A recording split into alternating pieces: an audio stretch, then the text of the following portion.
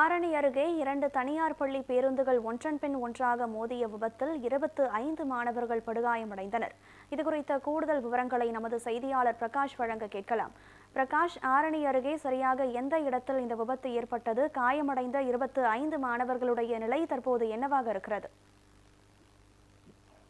நிச்சயமாக கனகதாரா, திருவண்ணாமலை மாவட்டம் ஆரணி அருகே உள்ள நெசல் கிராமத்தில் செயல்பட்டு வரும் விகாஸ் வித்யாசரம் என்ற தனியார் பள்ளியின் 2 பேருந்துகள் இன்று காலை வழக்கம் போல் ஆரணி அருகே உள்ள பொங்கம்பாடி, புலவன்பாடி உள்ளிட்ட சுற்றியுள்ள கிராமங்களில் இருந்து சுமார் 30க்கும் மேற்பட்ட பள்ளியினுடைய மாணவ மாணவிகளை ஏற்றிக்கொண்டு ஆரணி தேவிகாபுரம் சாலையில் உள்ள சீனிவாசபுரம் கூட்டுரோடு பகுதியில் சென்றபோது பேருந்து ஓட்டுநர் முபாரக் என்பவர் முன்னால் சென்ற அதே பள்ளியைச் சேர்ந்த பேருந்தை முந்தி செல்ல முயன்ற போது பேருந்தில் பிரேக் பிடிக்காமல் முன்னால் சென்ற பேருந்து மீது திடீரென்று மோதியதில் பேருந்தில் பயணம் செய்த 5 முதல் 10 வயதுக்குட்பட்ட 10க்கும் மேற்பட்ட பள்ளி மாணவர்கள் அதில் பேருந்து மோதியதில் படுகாயமடைந்தனர்.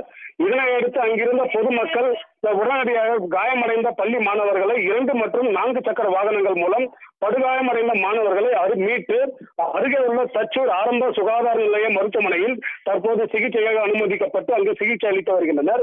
அங்கு மருத்துவர்கள் உடனடியாக சிகிச்சை அளித்து தனியார் பள்ளி பேருந்து விபத்து குறித்து களம்பூர் காவல் நிலைய போலீசாருக்கு தகவல் தெரிவித்தனர். சம்பவ இடத்திற்கு களம்பூர் காவல் நிலைய போலீசார் விரைந்து வந்து பள்ளி பேருந்து விபத்து குறித்து தற்போது விசாரணை நடத்தி வருகின்றனர்.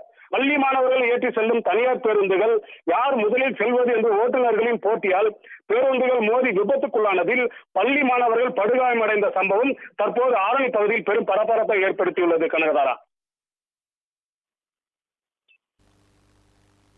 விவரங்களை வழங்கியமைக்கு நன்றி பிரகாஷ்.